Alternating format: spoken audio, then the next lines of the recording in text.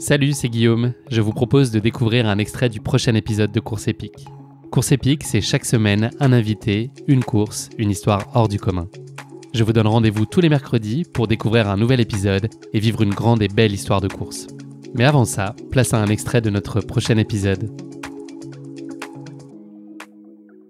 Alors en 2012, ouais, en fait, c'est après mon premier MDS où j'avais envie de refaire une course en étape, donc j'ai recherché un peu sur le net les courses en étape qu'il pouvait y avoir un peu dans le monde pour voir s'il y avait quelque chose que je pouvais refaire. Et puis j'étais tombé sur effectivement le Grand Tour Grand. J'ai mis dans mes favoris de mon navigateur, je me rappelle, il y est toujours d'ailleurs. je peux te le montrer. Et puis voilà, je me suis dit, ouais, un jour ça va être chouette. En plus, j'avais jamais été aux États-Unis, donc voilà, celle-là je l'avais gardée sous le coude. Après, c'est vrai qu'en termes d'engagement financier, c'était quand même quelque chose d'assez important, avec le voyage et tout, donc bon voilà, ça faisait partie de ma wishlist, mais voilà, pas plus. Un rêve presque inaccessible. Voilà. Après, j'avais suivi les exploits d'Éric Claverie, parce qu'il a gagné l'épreuve en 2017, voilà. Une année aussi où il avait participé au MDS, il avait terminé 5e cette année-là. Donc voilà, j'avais vu cette course, je me suis dit tiens, voilà, il y a peut-être moyen de faire quelque chose sur cette course. Comme tu disais, elle est quand même très intimiste. La capacité d'accueil, je crois que ça doit être 150 coureurs maximum. Et puis là, bon, la sortie de la période Covid, ouais, il y avait peut-être moins d'inscrits cette année. Ouais. Est-ce que tu peux me donner à entendre à nos auditeurs un peu quelles sont les règles, les conditions matérielles sur la course en termes d'alimentation, d'hydratation, le mode de fonctionnement du bivouac pour les gens qui ne connaissent pas nécessairement ce format de course à étapes? C'est quoi les grands principes sur l'autosuffisance? Alors le grand principe donc, de l'autosuffisance, c'est de devoir transporter son équipement et la nourriture pour toute la durée de la course. Donc du premier matin jusqu'à l'arrivée, on doit avoir de quoi se nourrir, avec un minimum requis à chaque jour, hein, pour pas qu'il y ait des gens qui aient tendance à en prendre le moins possible pour gagner du poids. Ensuite, sur le bivouac, l'organisation généralement distribue de l'eau.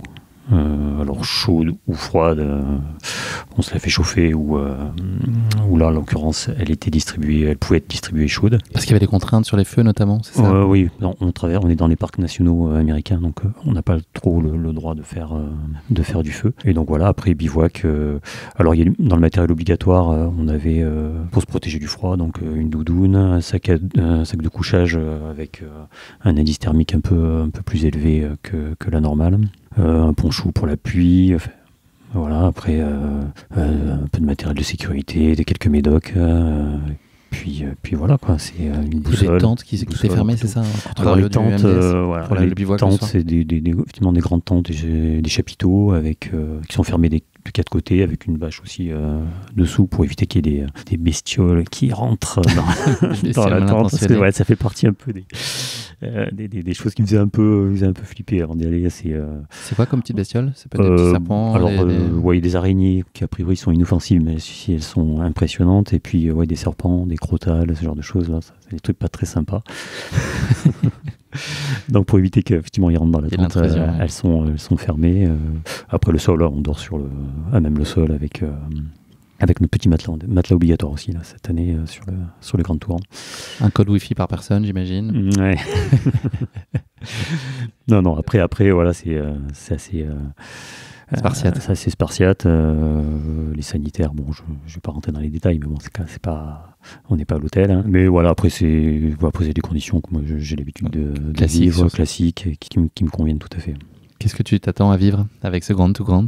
Moi je m'attends à vivre, à voir beaucoup de choses, parce que le Grand Canyon, voilà, j'en ai des images dans les bouquins, mais dans les reportages, mais voilà, je l'ai jamais vu en vrai. Et c'est vrai que quand on arrive en bus au bord du Grand Canyon, c'est impressionnant, ce gouffre. Et le départ est donné au bord de la falaise, quoi. Oui, vous dormez à côté la nuit qui précède, c'est ça? Et on dort à côté la nuit. Faut faire attention si on est un peu somnambule. Ouais. Non, mais le départ, c'est vraiment exceptionnel. Le site est grandiose. Est-ce que ça fait comme la première fois on va à New York par exemple, où c'est des décors que tu connais pas parce que tu n'y as jamais été réellement, mais tu as tellement vécu dans cet imaginaire-là et des références de séries, de films ou autres? Est-ce que toi, le Grand Canyon, tu avais l'impression de connaître déjà par toutes les images dont tu avais pu t'abreuver, et puis on le découvre en vrai, c'était très franchement, non. Franchement, donc c'était différent. Alors des paysages comme ça de canyon, on peut aussi en trouver en France, mais là c'est du XXL, quoi. Voilà, ça file le frisson quand tu es au bord de ce gouffre là. Puis on a eu donc une nuit, donc on a eu un coucher de soleil, un lever de soleil sur le Grand Canyon, donc ouais, c'est des belles images. Et on avait, alors moi j'avais pas mon appareil, mais d'autres avaient leur appareil photo, ils ont immortalisé l'événement, c'était sympa.